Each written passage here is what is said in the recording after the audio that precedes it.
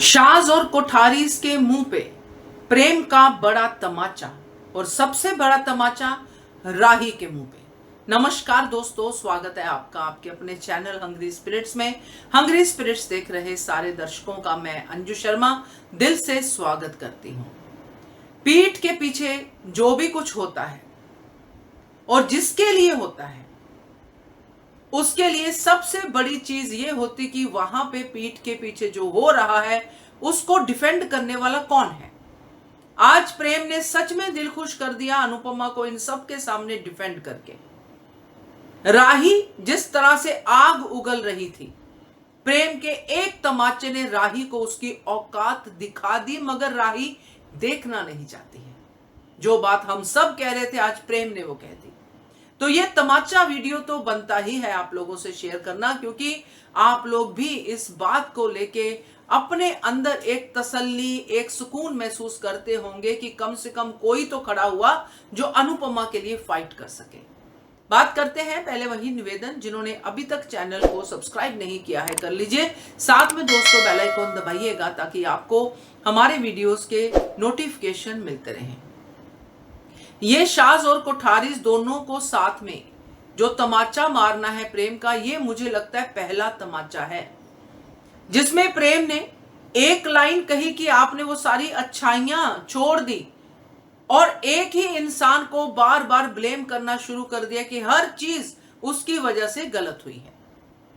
यहां पे अगला तमाचा तब होगा जब प्रेम ये बातें एक एक को गिनाएगा कि अनुपमा ने किस किस के साथ क्या क्या किया। आज जो मैं यहां पे खड़ा होके बोल रहा हूं वो सिर्फ अनुपमा की वजह से। बहुत अच्छा कहा प्रेम ने, और ख्याति की मैं क्या कहूं, उसकी तो उसने मुंह पे बेइज्जती कर दी कि मेरी मां तो अनुपमा ही है। बहुत बढ़िया था। पहले ये ख्याति इस चीज को लेके अनुपमा के गुण गाती थी कि आपने मेरा बेटा मुझे लौटा दिया, मगर आज ख्याति क्या कह रही है। ख्याति ने जो दो तमाचे प्रेम के मुंह पे मारे, ये प्रेम के मुंह पे नहीं अपने मुंह पे मारे। किस बात को लेके प्रेम को अपनी मां कह रही है, भाई जब से आर्यन गया तुम्हें तो प्रेम की सुध बुद्धि नहीं है, तुम तो उसी की खुशी उसी का चैन लूटने में लगी हुई हो। प्रेम अभी इन बातों पे नहीं आया है क्योंकि वो चुप है, क्योंकि इस समय उसका फोकस सिर्फ राही है। मगर जब बा ने अपनी आवाज उठाई तो प्रेम से रहा नहीं गया। ये जो शाज लाइन में खड़े थे, परी और केंजल को छोड़ दो, इनके ऊपर कितने एहसान है अनुपमा के। ये जो किस घर में रह रहे हैं, क्या कर रहे हैं, ये सब अगर प्रेम गिनवाना शुरू कर दे, क्योंकि प्रेम ने तो इनको भी देखा हुआ है अनुपमा पे जुल्म करते हुए, देखा हुआ है कैसे अनुपमा ने इन शाज को संभाला है। पास्ट की तो हम बात ही नहीं करते हैं, ये तो प्रेम की आंखों देखी बात करते हैं। तो प्रेम कैसे ना बोले अनुपमा के लिए, और क्यों ना तोड़े मुंह इन कोठारीज का जिनको उनके बेटे लौटाने वाली अनुपमा। क्यों ना कहे इन लोगों को कि आपके ऊपर अनुपमा ने कितने एहसान किए हैं। क्योंकि आज तो प्रेम ने सिर्फ अच्छाई शब्द यूज किया, मगर जब वो अच्छाइयां गिनाएगा तो ये बुराई सामने नहीं टिकेगी, क्योंकि इन्होंने अनुपमा के साथ बुरा किया है, अनुपमा ने कभी इनके साथ बुरा नहीं किया है।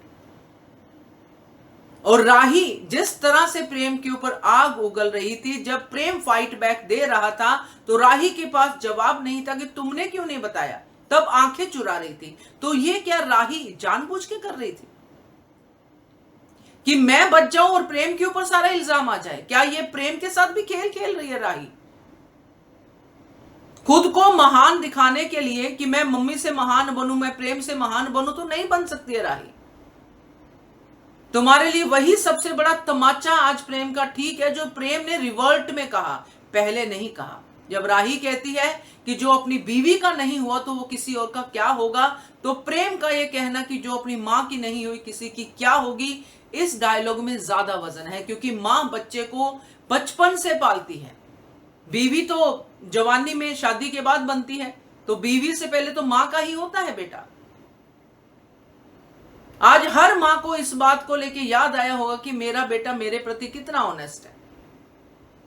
हर घर में मां और बहू या बीवी के बीच में बेटे को लेके